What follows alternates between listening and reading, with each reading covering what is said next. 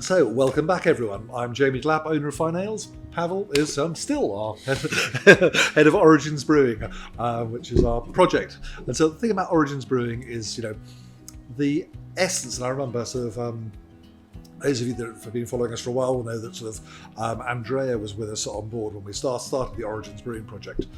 And I remember he and I sat down and we were sort of knocking the original ideas for what we wanted to achieve with Origins together. And it really was about this distillation of a sense of place. The whole point of Origins was let's try and brew some beers which tell a story about what it means to be a modern craft brewer today in this particular corner of Argyll. And let's try and brew some beers which really tell a story about what it means to be a brewer here in the Glen now at this point, 2020. For all its good and ills, interesting year 2020. Let's brew some beers that tell stories about what it means to be here.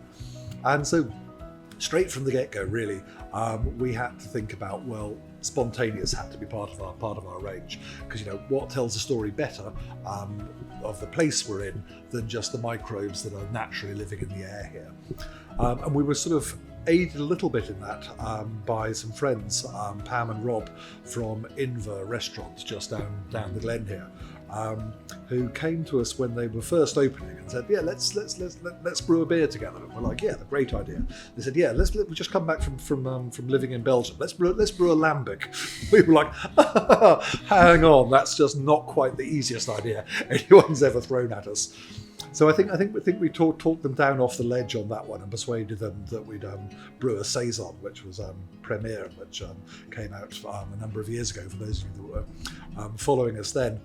However, at the same time that we did that, we said, well, you know what? Let's give it a go. Let's try and do a spontaneous as well. So out of that first batch of beer, we took a couple of 100 litres of wort and we aged and we put it out overnight in just a simple little Euro tub outside of the brewery yard to see what we could catch in the way of wild microflora. And we had a Rioja barrel left over from a project we'd done with the Hanging Hat bar in Edinburgh, if I remember right. And we took that barrel, that sort of 200 odd litres of wort that had been out overnight, and we put it away and we tucked it away upstairs in the brewery and we left it there. So that was, I believe, the first barrel of this that went into this blend. That would have been brewed, I think, in 2014. No, 2014, 2015. 15. Yeah, 2015, I think. But this is our 2018 3-year blend. So, Right. Pawel, tell us a bit. This is the 3-year blend. So, give us our nice. So this is basically blend of 3 different beers, spontaneous brews that were brewed in 2015, 16, and 17. Each one of those beers were inoculated with our local microflora. So we basically we did just normal brewing procedure, normal brew day, but instead of pitching brewer's yeast, we just left the wort overnight for cooling down naturally. And outside of not in the brew house, but actually right. out in tanks in the brewery yard. Right. So we spread the vessels in different corners of the yard to get as much variety of those microbes in the wort. And it was long process. Yeah. It was long process. It took around 4 years. I don't think we've ever had a beer that's taken 4 years from Right. first brew to Right. being available in the bottle before. Right. And now we can try it. Yeah. Just quick note that new version of Home is coming out soon.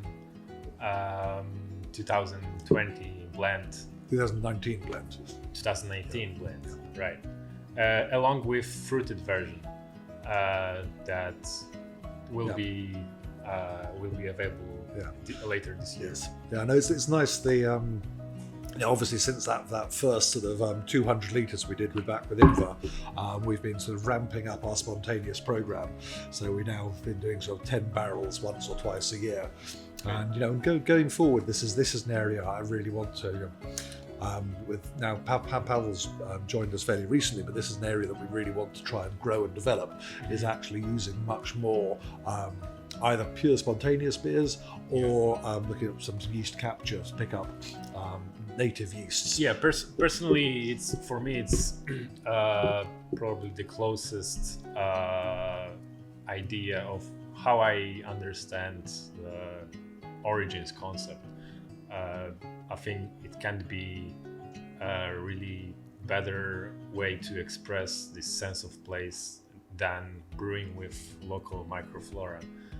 So we definitely will try to brew more and more spontaneous brews. Yeah, no, I think that's that to me. I think has to feature very firmly on the plans for the years going forward. So flavor-wise, how would you describe this? What I noticed from this one and other spontaneous brews brewed here, there is prominent peach character. I'm not sure where it's coming from, but it's definitely really nice, fruity, slightly tart. And the carbonation level's it's got quite a nice sort of prickle now. I think it's taken a long time. Right. This beer is still evolving. Yeah. I think with time we'll get even more carbonation. Yeah. So. But it has a very nice, like, so there's again, it's got a nice wood characteristic coming through. You can really taste a little bit of the barrel coming through in there. Right. And then there's a nice balance of complexity, but it's still quite an elegant beer. Yes, it's definitely elegant brew. It's really well balanced. Yeah. It's not. I